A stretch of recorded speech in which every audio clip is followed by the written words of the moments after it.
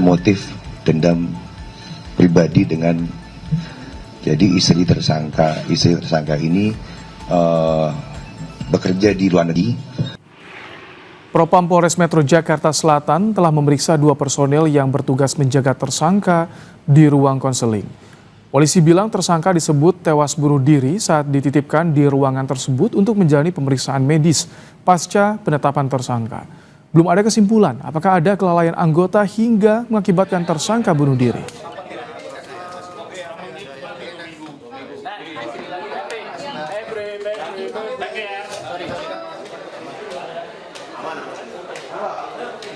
Kami luruskan kepada rekan-rekan media, tersangka mengakhiri hidupnya di ruangan konseling.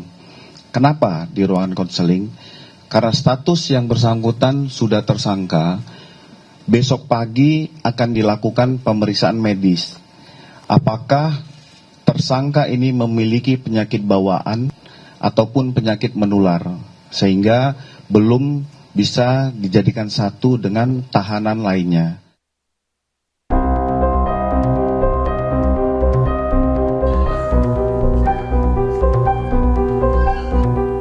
Kabar duka itu datang di tengah penantian panjang keluarga akan kepulangan Alvaro.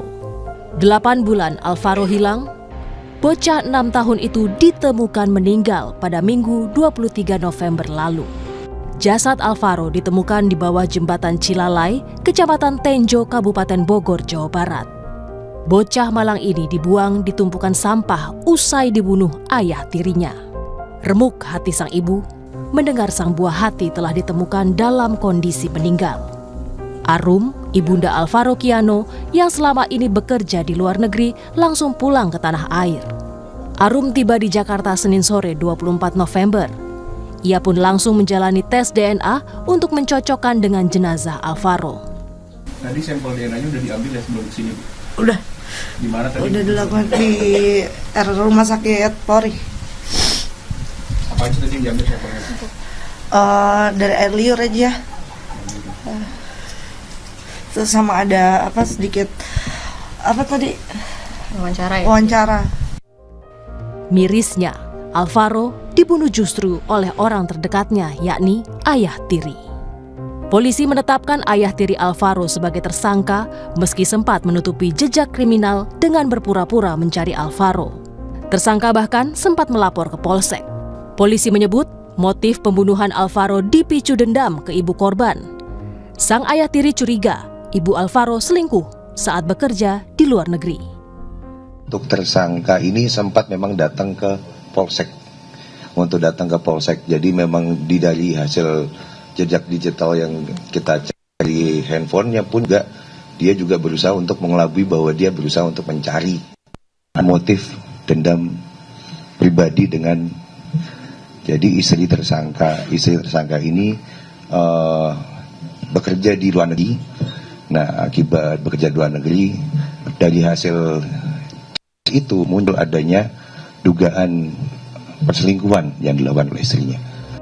Sebelumnya Alvaro terakhir terlihat di Masjid Jami Al-Muflihun Bintaro 6 Maret lalu. Jelang maghrib, Alvaro belum juga pulang. Sang kakek tak langsung curiga karena Alvaro biasa bermain sampai malam. Menurut pengakuan penjaga masjid, jelang maghrib ada seseorang yang mengaku ayah Alvaro datang ke masjid. Ada orang lewat nih. Saya tanya, Pak nyari siapa? Nyari anak saya, namanya siapa? Alvaro. Oh ya udah di atas Nus, lagi pada mainan di atas. Orang itu tegas bilang ingin mencari anak saya ya, Alvaro. Anak saya Alvaro gitu.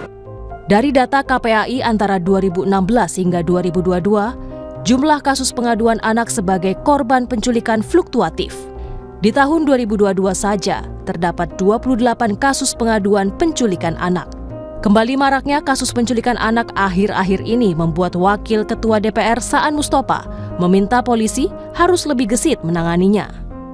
Tentu kita sangat berharap dan meminta kepolisian untuk cekap tanggap, untuk bisa lebih gesit lagi nanti dalam menangani berbagai kasus-kasus kejahatan, terutama terkait dengan soal penculikan terhadap anak-anak. Ruang publik seharusnya menjadi tempat aman bagi anak. Kematian Alvaro jadi alarm darurat perlindungan anak. Kasus ini kian membuka mata anak masih rentan jadi korban konflik dalam keluarga.